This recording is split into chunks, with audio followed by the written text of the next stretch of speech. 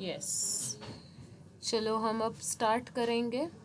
Last लेक्चरमध्ये physical केमिस्ट्रीच्या आपण almost chemical equilibrium half study केला होता. We will today. Hello everyone, a very very good morning. Last लेक्चरमध्ये फिजिकल केमिस्ट्रीच्या आपण हाफ केमिकल इक्विलिब्रियम झाला होता आपला. We will see the next part of chemical equilibrium. Okay, I hope तुम्हाला सगळ्यांना आठवत असेल की आपण रिव्हर्सिबल रिॲक्शन बघितली होती. Reactant to product, product to reactant असं कन्व्हर्जन होत असतं. त्याच्यामध्ये मग rate of forward reaction becomes equal to rate of backward reaction जर असेल तर त्याला आपण म्हणत असतो reversible reaction. Reversible and equilibrium तिथे इस्टॅब्लिश होतो. फिजिकल ट्रान्सफॉर्मेशन होत असताना सुद्धा इक्विलिब्रियम इस्टॅब्लिश होत असतो. हे सगळे पॉईंट्स आपण डिस्कस केले होते. Today we will start with next point. आता इथून मी तुमच्या 11च्या बुकची हेल्प घेणार आहे, कारण केमिकल इक्विलिब्रियम वगैरे काही काही चॅप्टर्स असे असतात की ज्यांची आपल्याकडे PDF अवेलेबल नसती.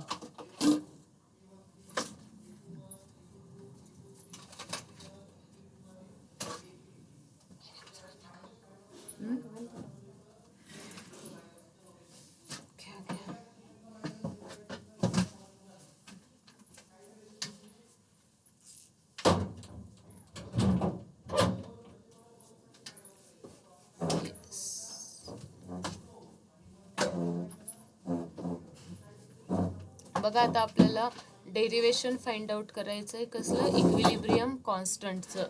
इक्विलिब्रियम कॉन्स्टंट कसा फाइंड आउट करायचा, त्याचं काय डेरिवेशन असणार आहे ते आपल्याला बघायचं आहे. इक्विलिब्रियम कॉन्स्टंट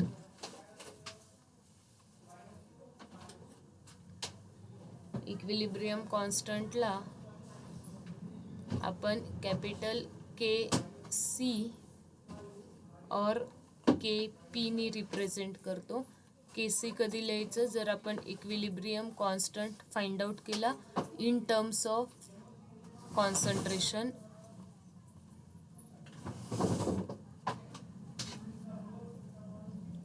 आणि KP कधी लिहिणार आहोत आपण? जर आपण इक्विलिब्रियम कॉन्स्टंट फाइंड आउट केला इन टर्म्स ऑफ प्रेशर.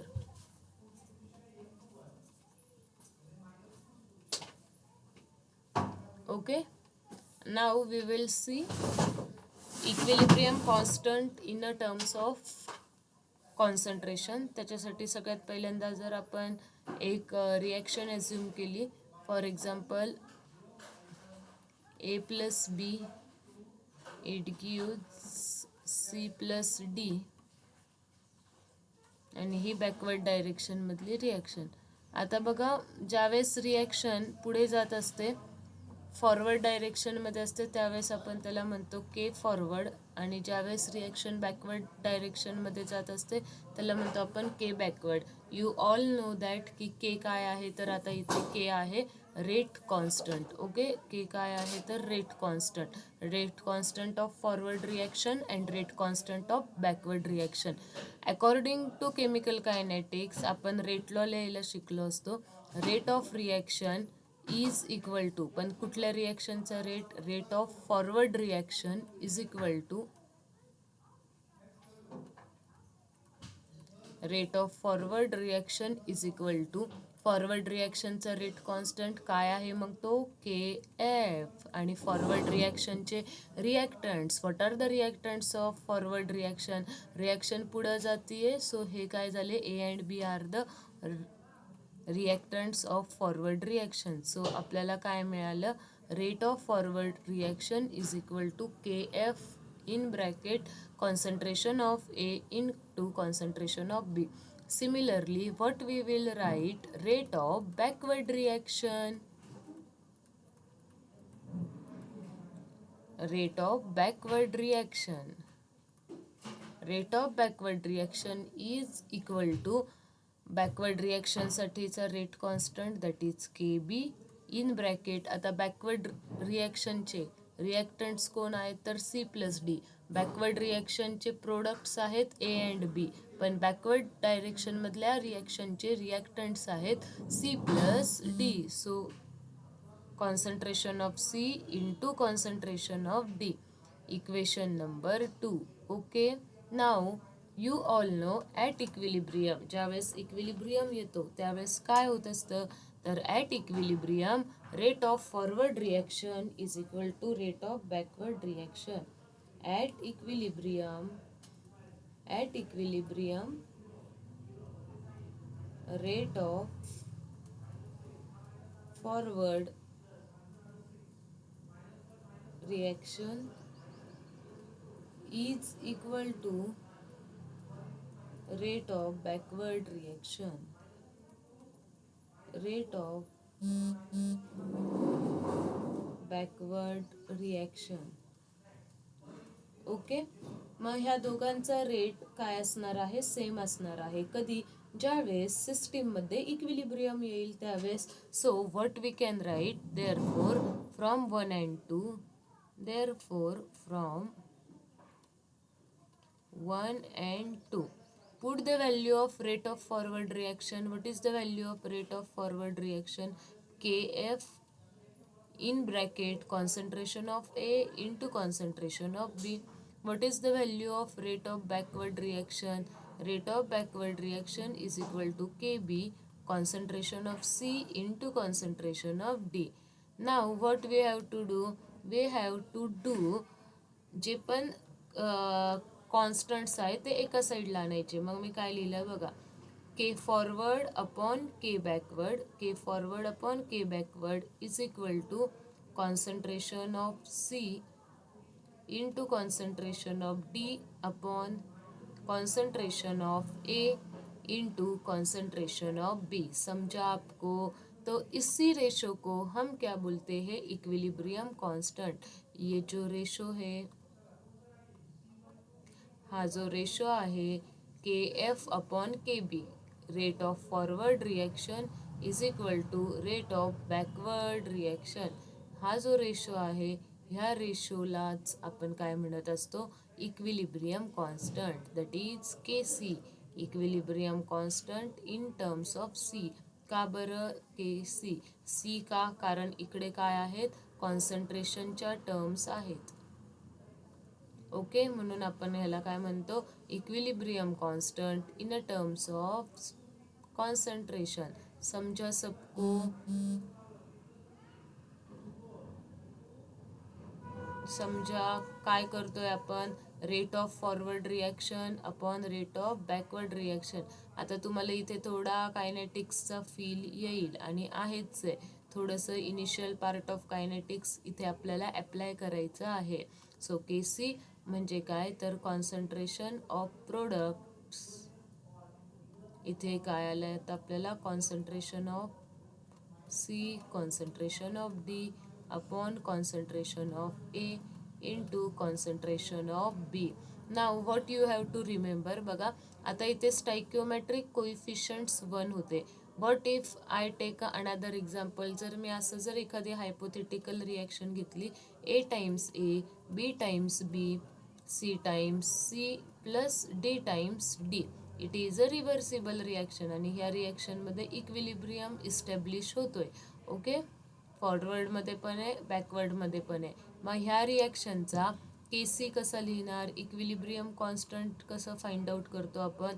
मग काय करायचं बघा, नेहमी लक्षात ठेवा, K C is equal to product साईडचे concentration raise to their stoichiometric coefficient. Product side कुठली आहे मग, सी अँड डी. मग इथे आपण लिहिलं concentration of C and D raise to their stoichiometric coefficient. त्यांचे स्टायक्योमेट्रिक कोइफिशियंटला सुद्धा वरती लिहून टाकायचं पॉवरमध्ये. ओके. आता इथे का नाही दिसत आहे तुम्हाला स्टायक्योमेट्रिक कोइफिशियंट्स, बिकॉज इनिशियली मैंने क्या एग्जाम्पल लिया था, इनिशियली मैंने A plus B it gives C plus D reversible reaction, ऐसी एग्जाम्पल था. यहाँ पे क्या हो रहा है, मैंने small A B C D क्या लिए है, स्टाइक्योमेट्रिक कोइफिशिएंट्स लिए है. ओके. सो यहाँ पे नीचे क्या आएगा, concentration of A raise to power A, concentration of B raise to power B. Clear है कैसे लिखना है आपको रेट इक्विलिब्रियम कांस्टेंट का इक्वेशन? समझा सबको? बताओ जल्दी, क्या किया अभी हमने? equilibrium constant Kc in a terms of concentration A plus B, it gives C plus D. Reversible reaction, rate of forward reaction. ज्यावेळेस आपण फॉरवर्ड रिॲक्शन लिहितो त्या टाईमला ज्यावेळेस आपण फॉरवर्ड रिॲक्शन लिहितो त्या टाईमला रिॲक्टंट्स कोण असणार आहेत बघा. फॉरवर्ड रिॲक्शनमध्ये हे काय असणार आहेत? रिॲक्टंट्स असणार आहेत, कारण रिॲक्शन कशी आहे तर फॉरवर्ड डायरेक्शनमध्ये. ओके, म्हणून मी इथं काय लिहिलं? Concentration of A into concentration of B. Okay, अगर रिॲक्शन बैकवर्ड डायरेक्शन में होगी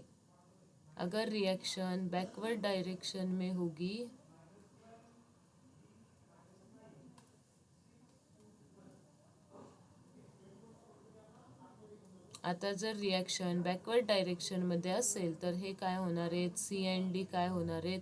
रिॲक्टंट होणार आहेत. आणि ए अँड बी काय होणार आहेत?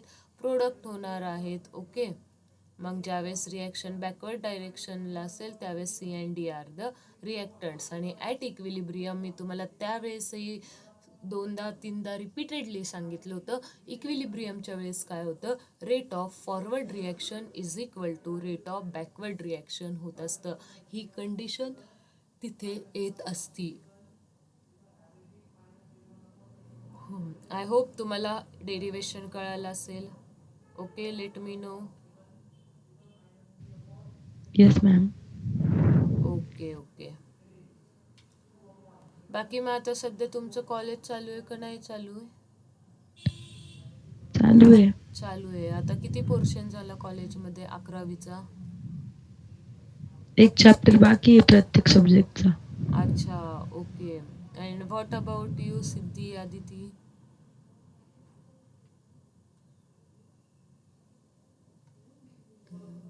ठीक आहे, चलो. आता मी इथे वाटलंच तर एक एक्झाम्पल घेते बघा.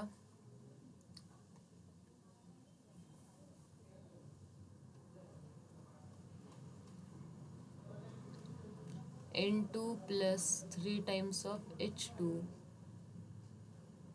it gives 2 times of NH3. आता इक्विलिब्रियम कॉन्स्टंट कसं लिहिणार? Kc is equal to concentration of NH3 raised to 2 divide by concentration of N2 into concentration of H2. H2चा कोइफिशियंट आहे 3, त्याची पॉवर लिहायची. ओके, ह्याला आपण म्हणतो write down of equilibrium constant expression.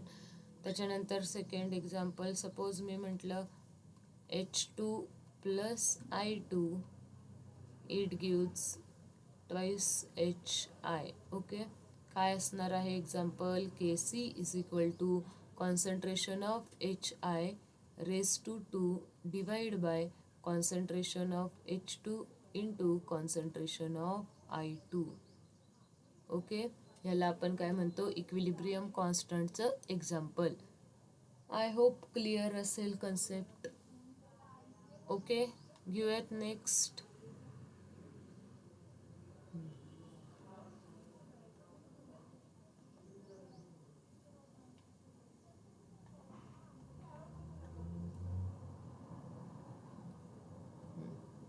Next part is equilibrium constant with respect to partial pressure.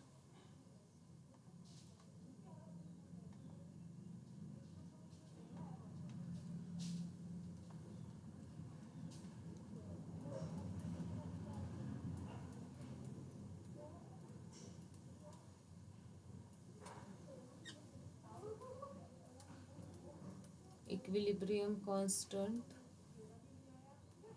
with partial pressure.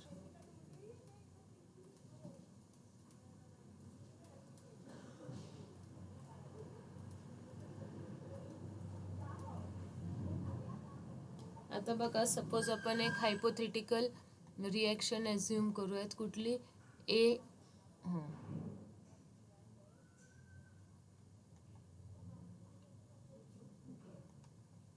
आपण जर एक हायपोथेटिकल रिॲक्शन ॲझ्युम केली, A times A plus B times B it gives reversible reaction is C times C plus D times D. Okay, now what we have to do, आपल्याला आता काय करायचं आहे बघा की केपीचं इक्वेशन बनवायचं आहे. Equilibrium constant in a terms of partial pressure. आता बघा कसं लिहिते मी, सेम तसंच पार्शियल प्रेशर ऐवजी जिथे वरती आपण कॉन्सन्ट्रेशन लिहित होतो तिथे आता फक्त प्रेशर लिहायचं. Pressure of product side that is pressure of C raise to C, त्याचा stoichiometric coefficient pressure of D raise to D divide by pressure of A raise to A and pressure of B raise to B. ह्याला आपण काय म्हणतो, relation of K P. ज्यावेळेस मी तुम्हाला आत्ता just सांगितलं equilibrium constant we can find out in a terms of pressure as well as concentration. कॉन्सन्ट्रेशनच्या टर्म्समध्ये ज्यावेळेस आपण इक्विलिब्रियम कॉन्स्टंट फाइंड आउट करत असतो, कॉन्सन्ट्रेशनच्या टर्म्समध्ये ज्यावेळेस इक्विलिब्रियम कॉन्स्टंट फाइंड आउट करतो त्यावेळेस तिथं आपण स्क्वेअर ब्रॅकेट आणि कॉन्सन्ट्रेशनच्या टर्म्स घेतो. ठीक आहे, आता आपल्याला इकडे काय करायचं आहे, प्रेशरच्या टर्म्समध्ये लिहायचं आहे.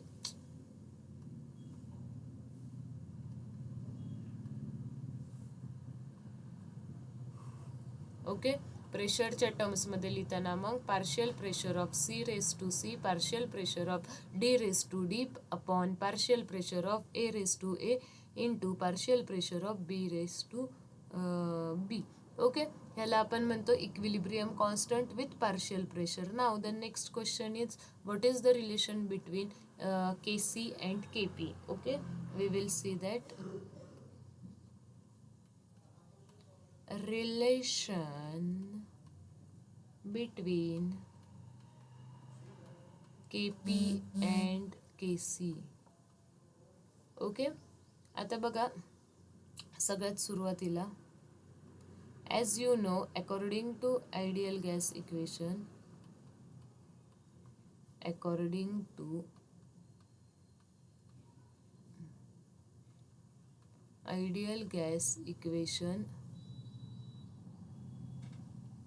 according to ideal gas equation, pressure is equal to PV is equal to nRT. Okay, so pressure is equal to N by V RT आणि N बाय व्ही लाच आपण काय म्हणत असतो रे, N बाय व्ही लाच आपण म्हणत असतो concentration. Okay, so pressure is equal to concentration into RT. This is our basic equation. Now for ABC consider a hypothetical reaction. Consider a reaction A times A plus B times B. It gives reversible reaction C times C plus D times D. Okay, now what I can write, partial pressure of A is equal to concentration of A into RT. Similarly, partial pressure of B is equal to concentration of B into RT.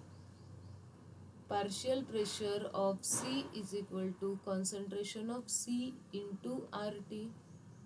Partial pressure of D is equal to concentration of D into RT. कुठून लिहिलं मी हे, equation 1 ला व्यवस्थित observe करा. Partial pressure P is equal to काय formula मिळाला, concentration of C into RT. मग एचं प्रेशर इज इक्वल टू एचं कॉन्सन्ट्रेशन इंटू RT. बीचं pressure is equal to concentration of B into RT. सीचं pressure is equal to concentration of C into RT. I hope त्याच्यावरून तुम्हाला हे जे relations लिहिले ते रिलेशन कळाले असतील. नाव what we are going to do, we are going to put the values of all this in equation of KP. KP is equal to, KP कसं लिहिणार तुम्हाला जस्ट मी सांगितलंय, partial pressure of C raise to C, partial pressure of D raise to D divide by partial pressure of A raise to A and partial pressure of B raise to B. Okay. का असं करतोय आपण, काय केलंय, आपल्याला KP कसं लिहायचं हे माहिती आहे. जसं केसी लिहित होतो प्रोडक्ट साईडच्या टर्म्सवरती न्यूमरेटरला, डिनॉमिनेटरला रिॲक्टंट साईडच्या टर्म्स, प्रोडक्ट साईडचा ratio of concentration divide by reactant साईडचा रेशो ऑफ कॉन्सन्ट्रेशन. याला आपण काय म्हणतो, equilibrium constant in terms of concentration.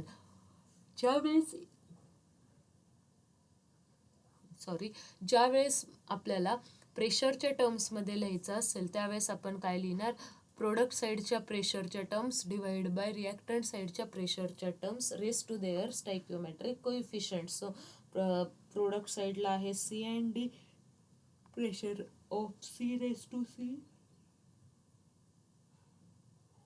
Pressure of D raise to D, pressure of A raise to A and pressure of B raise to B. Okay, ह्याला आपण म्हणतो KP. आता आपल्याला काय करायचे, जस्ट व्हॅल्यूज पुट करायच्या आहेत आणि आपलं डेरिव्हेशन येईल. आपल्याला काय फाइंड आउट करायचं आहे ते विसरू नका. We have to find out the relationship between K P and K C. So आधी आपण काय केलं, प्रेशरचं आणि कॉन्सन्ट्रेशनचं काय रिलेशन आहे तेच शोधलं. प्रेशरचं आणि कॉन्सन्ट्रेशनचं कसं रिलेशन आहे, क्या बोलोगे बच्चे कंपनी, बोलोगे pressure is equal to concentration of C into R T. Okay, तो pressure of A, pressure of B, pressure of C and pressure of D आपने लिखा. अब just you have to put the values. बघा आता, K P is equal to pressure of सीच्या इथे काय लिहिणार, मग आपण काय पुट करणार, प्रेशर ऑफ सीच्या इथे concentration of C into R T raise to their power C. Similarly concentration of D raise into R T raise to their power D divide by concentration of A RT raised to A, concentration of B into RT raised to B. Okay, now what we are going to do, C raised to C, D raised to D, A raised to A and B raised to B. काय केलं, common काढलं, C raise to C, D raise to D, A raise to A, B raise to B. Remaining part कुठला आहे बघा, R T raise to C plus D divide bye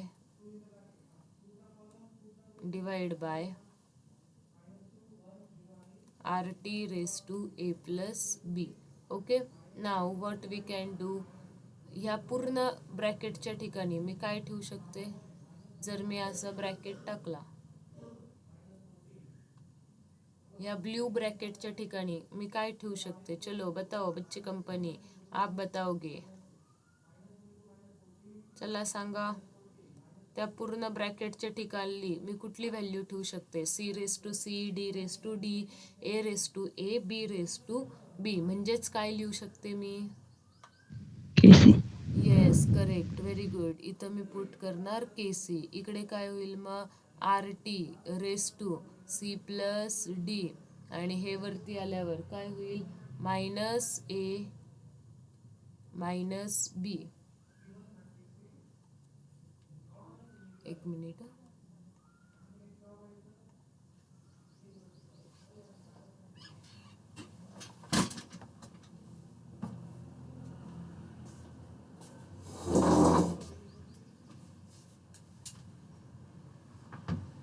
काय झालं रे, चला चला,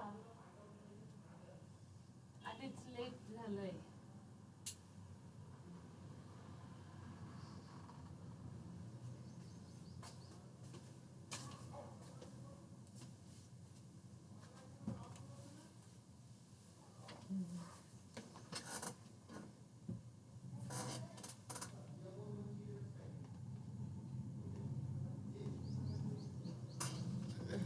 आय होप हे कळालं असेल मग तुम्हाला. नेक्स्ट बघा, आता आपल्याला डायरेक्ट कसं रिलेशन लिहायचं असतं की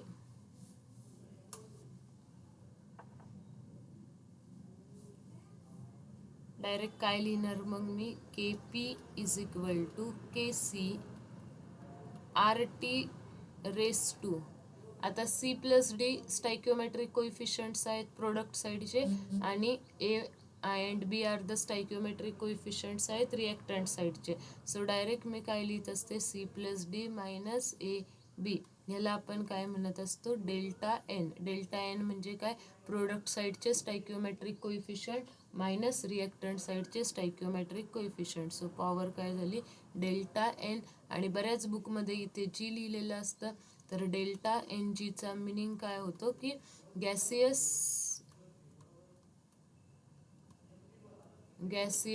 मोल्स ऑफ प्रोडक्ट म्हणजे प्रोडक्ट साईडचे फक्त gaseous moles minus gaseous moles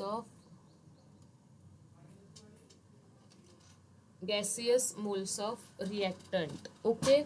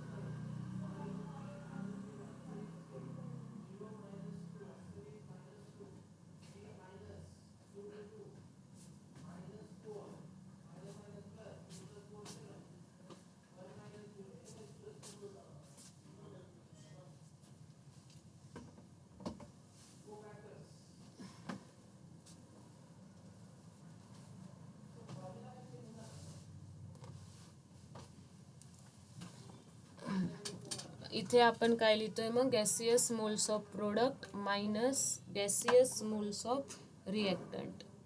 gaseous moles of reactant. ठीक आहे.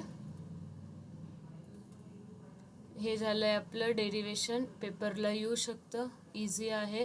काय करायचं आहे, प्रेशरचं आणि कॉन्सन्ट्रेशनचं कसं रिलेशन आहे ते आधी शोधून काढायचं.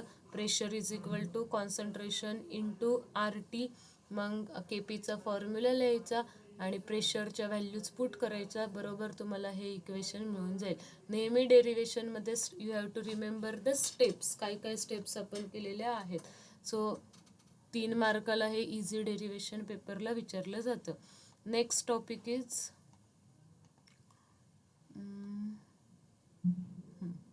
चलो क्वेश्चन आहे, आपण सॉल्व करूयात.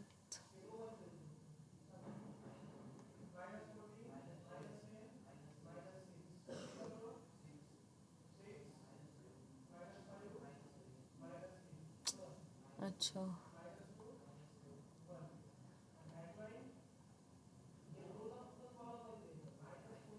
स्नायपिंग टूल पाहिजे होतं मला इकडून कॉपी पेस्ट करण्यासाठी.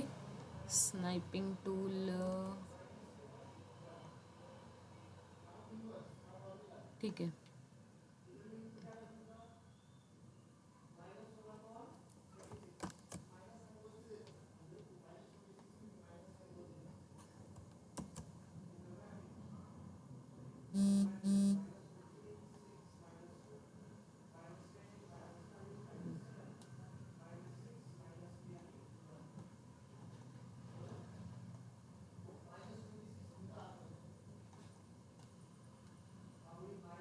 बघा आता इथे काय सांगितलंय तुम्हाला की N2 plus H2 it gives NH3 ही एक रिॲक्शन दिलेली आहे आणि तुम्हाला एक्सप्रेशन लिहायचंय KP आणि KCचं.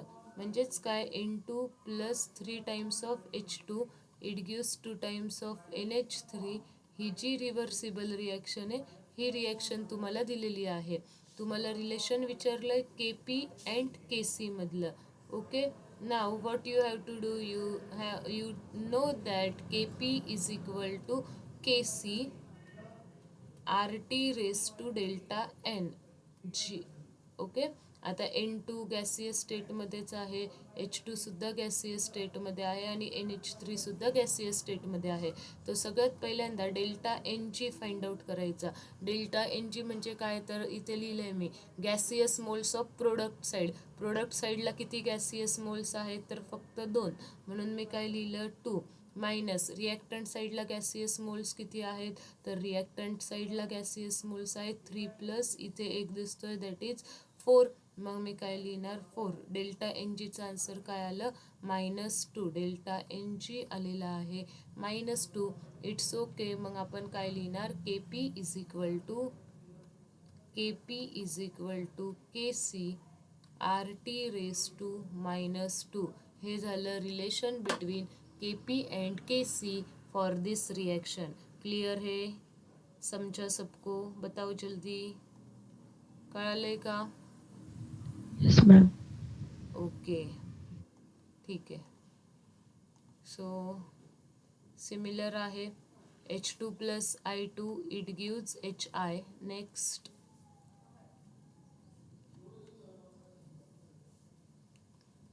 H2 plus I2 it gives HI 2 times of HI.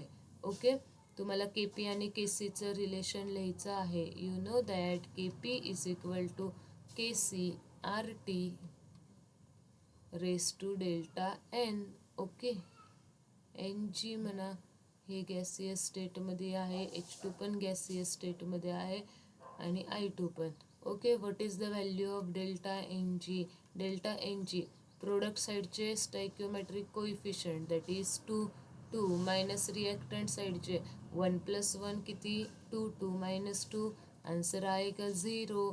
So what we can write K P is equal to K C R T raise to 0. और you know that anything raise to 0 answer क्या आएगा? Answer आएगा 1. So what we can find out or what we can write KP is equal to KC, कारण RT raise to 0 answer काय आलं 1 आलेलं आहे. कळालंय? अशा टाईपचे क्वेश्चन्स तुम्हाला ह्याच्यावर विचारले जातात KP अँड KCच्या रिलेशनमधले. नेक्स्ट टॉपिक आहे बघा होमोजेनियस हेट्रोजेनियस इक्विलिब्रिया. बराच चॅप्टर आहे तरी उद्या.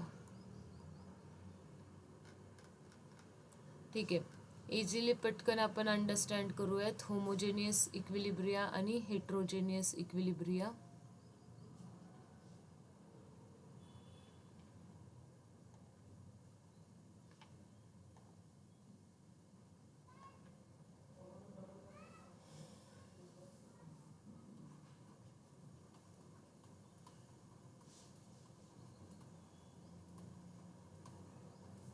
होमोजेनियस इक्विलिब्रिया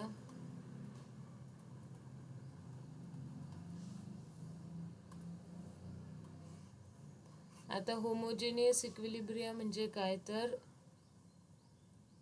रिॲक्टंट्स अँड जे पण कॅटलिस्ट वगैरे असतील ते जर सेम फेजमध्ये असतील तर त्याला आपण म्हणतो होमोजेनियस इक्विलिब्रिया. ओके, आणि हेट्रोजेनियसमध्ये काय असणार आहेत, डिफरंट असणार आहेत. In a homogeneous reaction all reactants are in a same phase. जर सगळे रिॲक्टंट्स एकाच फेजमध्ये असतील तर त्याला आपण म्हणतो होमोजेनियस. रिॲक्टंट अँड प्रोडक्ट्स जर एकाच फेजमध्ये आहेत, सगळे गॅसियस स्टेटमध्ये असतील तर त्याला आपण म्हणतो होमोजेनियस. आणि हेट्रोजेनियस म्हणजे काय, equilibria involving different types of reactants phases. वेगवेगळ्या टाईपचे जर फेजेस असतील तर त्याला आपण म्हणणार आहोत हेट्रोजेनियस इक्विलिब्रिया. मग होमोजेनियसमध्ये आपण काय लिहू शकतो की रिॲक्टंट्स जे काही असणार आहेत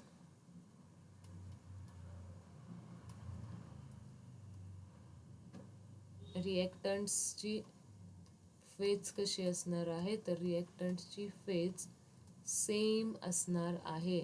ह्याला आपण काय म्हणतो homogeneous equilibria. For example N2 gaseous state plus 3 times of H2 gaseous state it gives 2 times of NH3 gaseous state.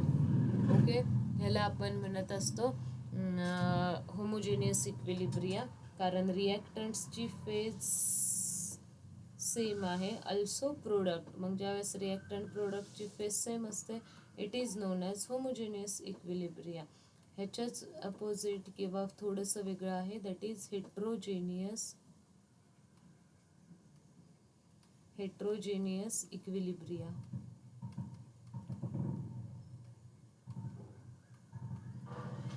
आणि हेट्रोजेनियस इक्विलिब्रियामध्ये काय होतं, रिॲक्टंटच्या फेजेस ह्या डिफरंट असणार आहेत. Reactants phases are different.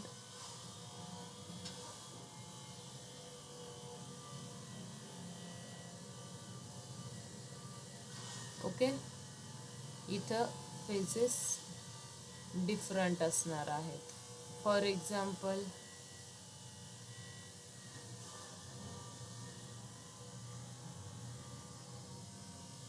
NH4Cl plus okay NH3 plus Cl2 आहे.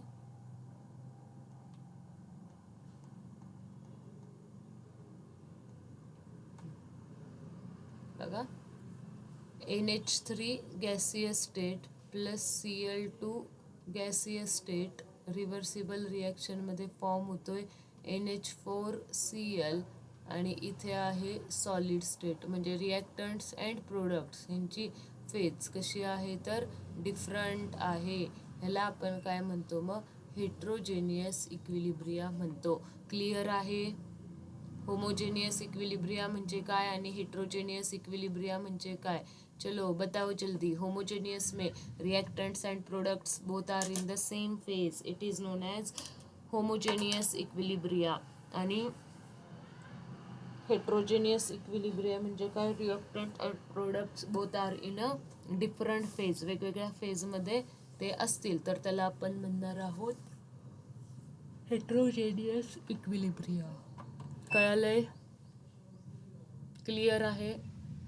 Yes, ma'am. Okay, so we will see what we have to remember. Just remember this one sentence and all your problems will be solved. In heterogeneous equilibria, जर heterogeneous equilibria असेल तर always consider concentration of solid and pure ma'am liquid. आवाज येत नाहीये. अच्छा, okay. कधीपासून? आताच ma'am, तर तुम्ही जेव्हा विचारलं तेव्हा ऑफ केला होता मी. अच्छा, ओके ओके, ठीक आहे. चुकून ते ऑफ झालं असेल. हां, आता बघा, always consider concentration of solid and pure liquid is 1. त्यांच्या कॉन्सन्ट्रेशनला 1 ॲझ्युम करायचं आहे. मग जर तुम्हाला केसी किंवा केसीचं इक्वेशन लिहायचं असेल तर त्या इक्वेशनमध्ये जर कॉन्सन्ट्रेशन ऑफ सॉलिड असेल ते जर 1 आपण कन्सिडर केलं, कॉन्सन्ट्रेशन ऑफ प्युअर लिक्विड जर 1 कन्सिडर केलं तर त्यांच्या टर्म्स इक्वेशन्समध्ये येतील का तर नाही. सो ह्याचाच दुसरा मिनिंग काय आहे की it means only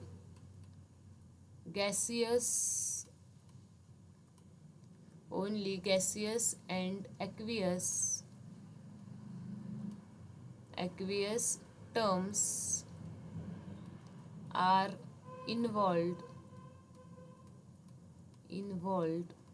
in Casey's equation.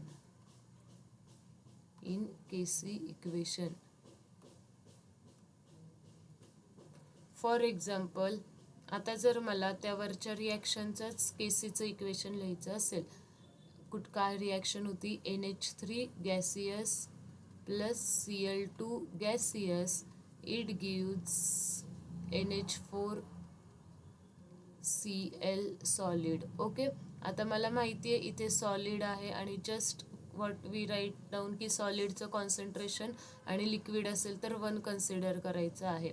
मग मी केसीचं इक्वेशन काय लिहिणार, केसी इज इक्वल टू ह्याच्या जागी NH4Clच्या जागी concentration of NH4Cl. NH4Cl is solid, सॉलिडचं कॉन्सन्ट्रेशन 1 ॲझ्युम करायचं आहे. सो मग मी डायरेक्टली 1 लिहिलं आणि मग concentration of NH3 into concentration of Cl2. Okay, clear आहे. म्हणजेच तुम्हाला इन शॉर्ट काय लक्षात ठेवायचं आहे, फक्त गॅसेसच्या टर्म्स इक्वेशनमध्ये लिहायच्या असतात. प्युअर लिक्विड आणि सॉलिड जर असेल तर तुम्हाला त्या टर्म्स इक्वेशनमध्ये कन्सिडर करायच्या नाही. आन्सर ॲटोमॅटिकली काय म्हणजे त्याच्या व्हॅल्यूज काय असतात तर 1 असतात, त्याच्यामुळे ते इक्वेशन्समध्ये पुट करायचं नाही. ओके, आपण अजून एखादं एक्झाम्पल घेऊयात ह्याचं असेल तर.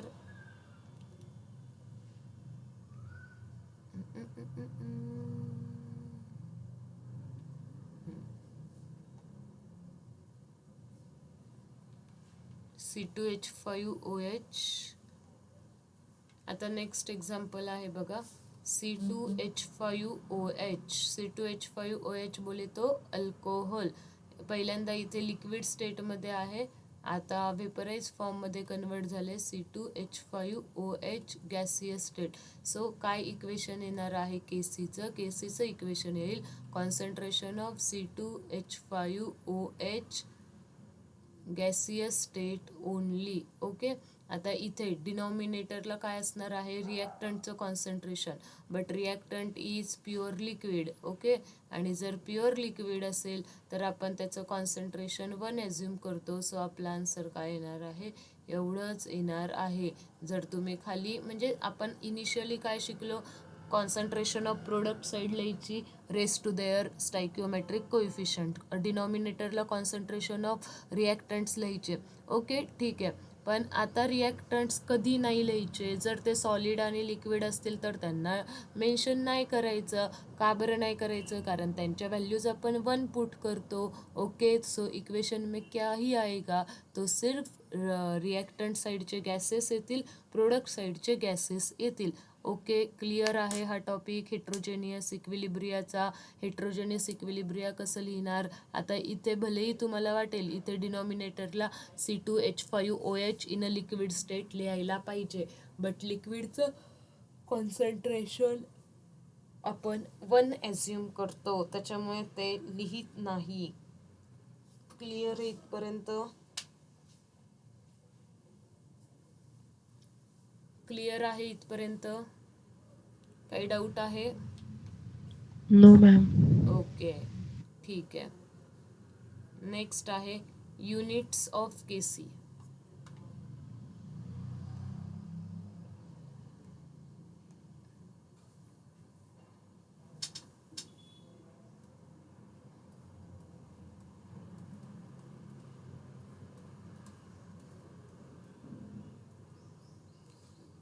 बघा आता, units of Kc, units of Kc depends on reaction.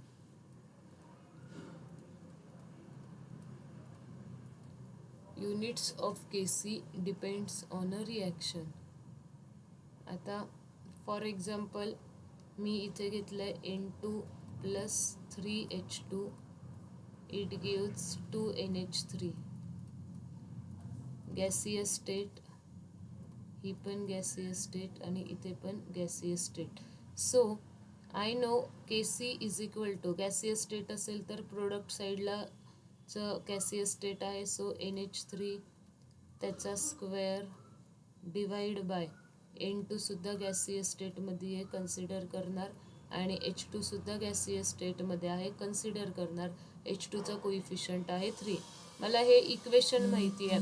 आता युनिट कसं लिहिणार मी, काय करणार, फक्त कॉन्सन्ट्रेशनचं युनिट ठेवणार. यू ऑल नो दॅट कॉन्सन्ट्रेशनचं युनिट असतं मोलॅरिटी. आपण मोलॅरिटीमध्ये कॉन्सन्ट्रेशन मेजर करतो. मग इथे NH3चा स्क्वेअर आहे, म्हणजेच काय आहे, मोलॅरिटीचा स्क्वेअर. इथं आहे N2, कॉन्सन्ट्रेशन ऑफ N2 त्याचं unit molarity, concentration of H2 त्याचा क्यूब आहे. सो इथे काय असणार आहे, मोलॅरिटीचा क्यूब असणार आहे. सो इथे काय झालं, मोलॅरिटीचा square divide by 3 + 1 molarity raise to 4 is equal to molarity raise to -2. हे काय झालं, युनिट झालं कुणासाठी, तर ह्या रिॲक्शनसाठी. कशाचं युनिट, तर केसीचं युनिट. ओके, आता जर मी रिॲक्शन बदलली तर केसीचं युनिटही बदलेल. ठीक आहे, कधी कधी केसी युनिटलेस सुद्धा असू शकतो. फॉर एक्झाम्पल, आता जर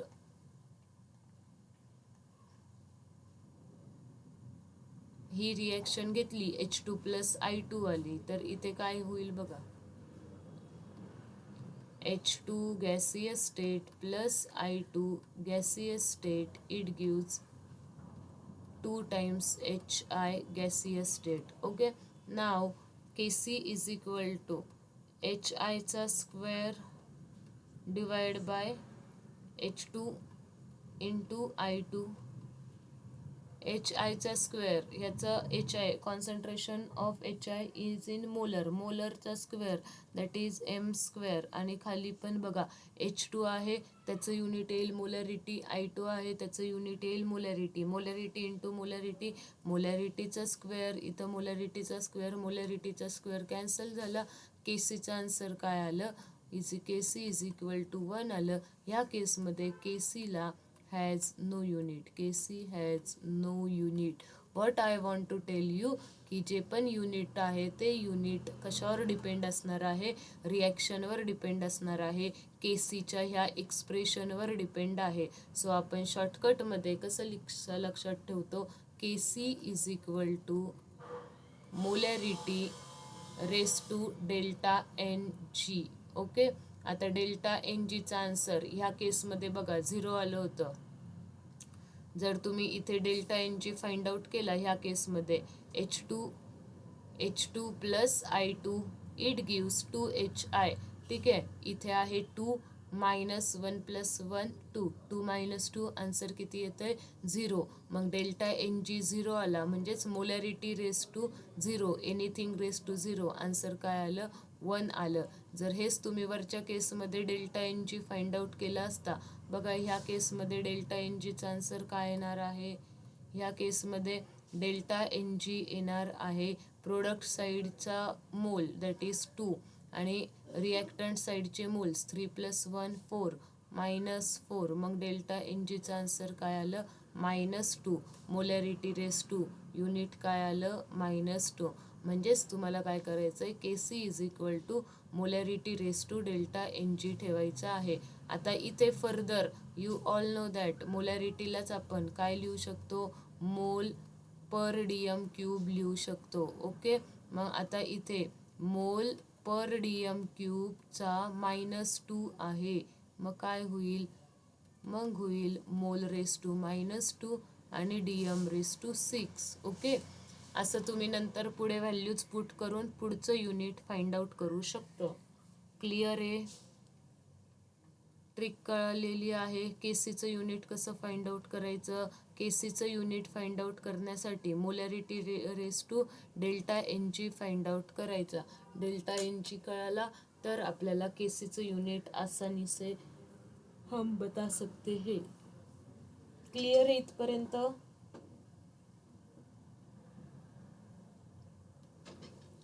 काही डाउट्स आहेत, बोला पटकन, चलो बताओ जल्दी.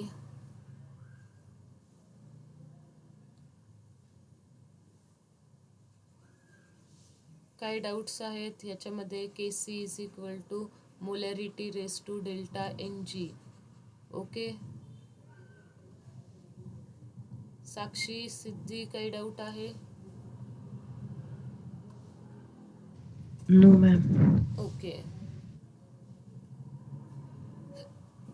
आता सपोज इथं लिहिलंय मोलॅरिटी, इथे मी तुम्हाला वाटलंच तर परत लिहून देते, मोल पर लिटर. ती व्हॅल्यू तुम्ही पुढे पुट करू शकता.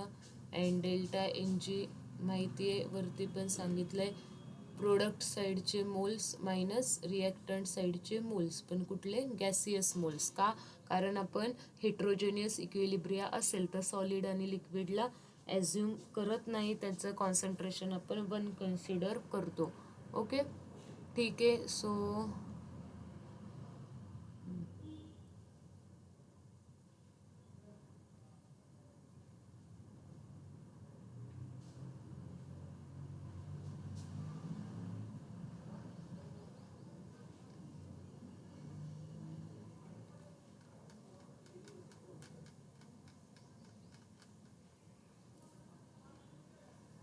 थांबूयात आपण आज इथे.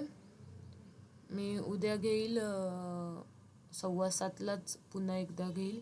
7:15 ते घेऊयात उद्या 7:15 8:30पर्यंत.